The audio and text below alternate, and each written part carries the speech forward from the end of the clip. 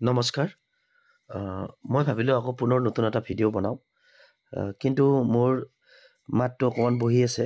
জ্বৰ হৈছিলে এই দুদিন ধৰি, গতিকে বেয়া নাপাব, অকণমান ভইচটো ক্লিয়াৰ হোৱা নাই।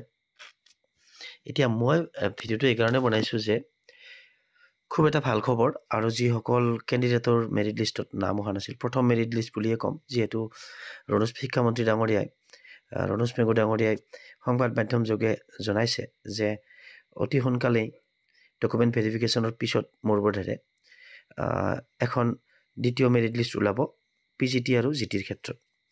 গতিকে যিসকল কেণ্ডিডেট ৰৈ গৈছে অকণমান মাৰ্কৰ কাৰণে, কিছুমানে পইণ্টৰ কাৰণে, কিছুমান 1-2 নম্বৰৰ কাৰণে, তেখেতসকলৰ কাৰণে খুব এটা ভাল খবৰ বুলিয়ে মই ক'ব লাগিব।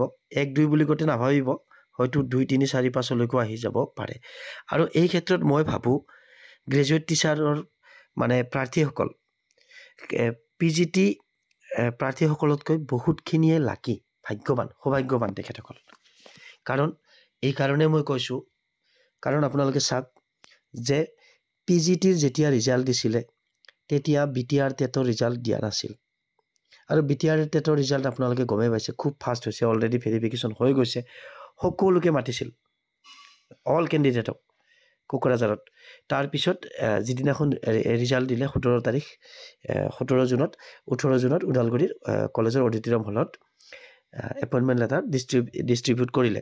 কিন্তু এতিয়া কথাটো হ'ল PGTৰ ক্ষেত্ৰত অলৰেডি ভেৰিফিকেশ্যন হৈ গৈছে। BTRৰ ৰিজাল্ট দিয়াৰ আগত ভেৰিফিকেশ্যনটো হৈ গৈছে 6 জুনত, 6 তাৰিখৰ পৰা 5-6 এই দুটা ডেটত অসমৰ 6 জুনত হৈছে।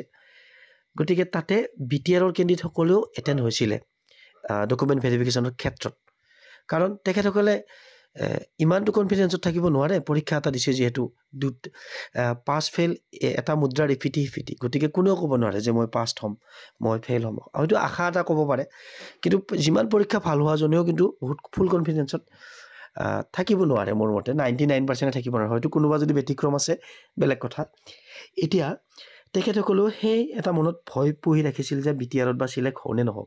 সেইকাৰণে তেখেতসকলে নিজৰ জোনত গৈ ডকুমেণ্ট ছাবমিট কৰিছে, ডকুমেণ্ট ভেৰিফিকেশ্যনত মানে উপস্থিত আছিলে তেখেতসকল। গতিকে যদি PGTৰ আৰু ছেকেণ্ড মেৰিট লিষ্ট ওলায়, তেতিয়াহ'লে কিন্তু এই তেখেতসকলৰ নামটো কিন্তু থাকি যাব ফাইনেল লিষ্টত, তেখেতসকলৰ নামটো থাকি যাব। কাৰণ তেখেতসকলে এপইণ্টমেণ্ট ডাউনলোডো কৰিব পাৰিব মোৰ বোধেৰে। কাৰণ যিসকলৰ একচেপ্টেড ফৰ ফাৰ্ডাৰ প্ৰচেছ বুলি লিখি দিছে তেখেতসকলে পাবই। কিন্তু যদি ৰিজাল্টটো ভেৰিফিকেশ্যনৰ ডকুমেণ্ট ভেৰিফিকেশ্যনৰ ডেটৰ আগত দিলে হয়, BTRৰ ৰিজাল্টটো, তেখেতসকলে যদি এপইণ্টমেণ্ট ল'লে হয়, আৰু এপইণ্টমেণ্টৰ দিনাখনেই কিন্তু স্কুল চুজ কৰিব দিছে, তাতে নিজৰ স্কুলবিলাক বাছনি কৰিব দিছে। গতিকে স্কুল যেতিয়া ওচৰত পালে হয়, বা ওচৰতে পাব BTRৰ ক্ষেত্ৰত, খুব বৰ বেছি দূৰ নহয়, কাৰণ 4খন ডিষ্ট্ৰিক্টৰ ভিতৰতে হ'ব। 5খন ডিষ্ট্ৰিক্ট আজিকালি বাৰু তামোলপুৰ হ'ল, এইফালে ওদালগুৰিৰ পৰা কোকৰাঝাৰৰ ভিতৰত। গতিকে তেখেতসকলে আৰু অল আছামত নগ'ল হয়, যদিও হয়তো ভাগ্যৰ ফলত হয়তো এটা সময়ত কোনোবা ওচৰত পাব, কিন্তু এইটো কোনেও ক'ব নোৱাৰে ফিউচাৰৰ কথা। গতিকে তেখেতসকলে এটেণ্ডে নহ'ল হয়, মানে উপস্থিতে নহ'ল হয়, অনুপস্থিত থাকিল হয় ডকুমেণ্ট ভেৰিফিকেশ্যনত নিজৰ জোনত। গতিকে তেখেতসকল ডাইৰেক্টলি ৰিজেক্ট লিষ্টত আহি গ'ল হয়। ধৰক BTRত 15 বা 20 জন বা 30 জনে পাইছে, অল আছামতো তেখেতসকলে অৱতীৰ্ণ হৈছিল TCR এক্সামত। তেখেতসকলৰ ইয়াতে পোৱাৰ পিছত এই 50 জনে তাতে নগ'ল হয়, বেলেগ ছাবজেক্ট। গতিকে 50 জনৰ এগেইনষ্টে কিন্তু দ্বিতীয় মেৰিট লিষ্টত নতুন কেণ্ডিডেটৰ নাম সোমাল হয় PGTৰ ক্ষেত্ৰত। সেইকাৰণে মই ভিডিঅ'টোৰ আৰম্ভণিতে কৈছোঁ যে গ্ৰেজুৱেট টিচাৰ প্ৰাৰ্থীসকল খুবেই লাকি। এতিয়া ইয়াতে মই বহু দেখা পাইছোঁ যে বহুতে এতিয়া ওচৰত বোলে কিছুমানে অকণমান দূৰত পালেও, কিন্তু এবাৰ পোষ্টটো পোৱাৰ পিছত তেখেতসকলে আৰু ভেৰিফিকেশ্যনত এটেণ্ড নহয়। 1 তাৰিখৰ পৰা যিটো ভেৰিফিকেশ্যন দিছে, পৰহিৰ পৰা যিটো দিছে ভেৰিফিকেশ্যন, তেখেতসকলে মুঠেও নাযায়।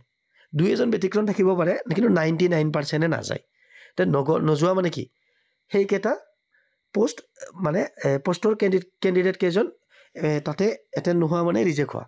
গতিকে দ্বিতীয় মেৰিট লিষ্টত মানে ৱেইটিঙত থকাসকলে দ্বিতীয় মেৰিট লিষ্টত যেতিয়া আহিব, তেখেতসকলে সেইকেইটা পোষ্টত তেখেতসকলৰ নাম আহিব। গতিকে এই ক্ষেত্ৰত সেইকাৰণে GT প্ৰাৰ্থীসকল PGT প্ৰাৰ্থীসকলতকৈ খুবেই এটা সৌভাগ্যৱান তেখেতসকল।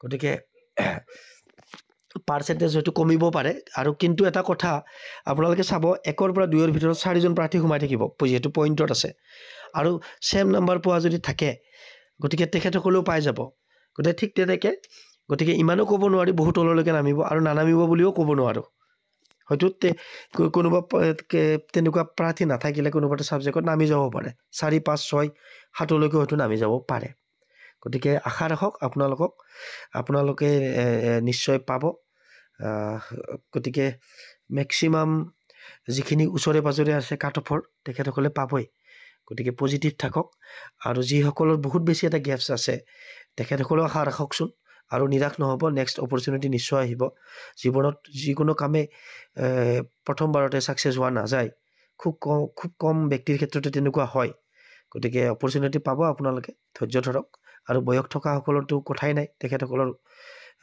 এটা বয়স পৰি আছে দীঘলীয়া গতিকে ধৈৰ্য ৰাখক আৰু ডকুমেণ্ট ভেৰিফিকেশ্যনৰ কাৰণে ৰেডি হৈ থাকক যিসকলে মানে ওচৰে পাজৰে আছে তেখেতসকলে কি লাগিব আপোনালোকে গমেই পাইছে আগতে এই বিভিন্ন গ্ৰুপত মানে এইবিলাক চাৰ্কুলেট হৈ আছিল গতিকে সেইবিলাক চাব আপোনালোকে কি নিব লাগিব মই সেইকাৰণে আজি ভিডিঅ'টো বনালোঁ আৰু জাষ্ট ডিছকাশ্যনৰ কাৰণে বনাইছোঁ হয়তো এক্সপ্লেনেশ্যনত অলপ কিবা ভুলভ্ৰান্তি ৰৈ যাব পাৰে আপোনালোকৰ মাজৰে এজন বুলি ক্ষমা কৰি দিব ধন্যবাদ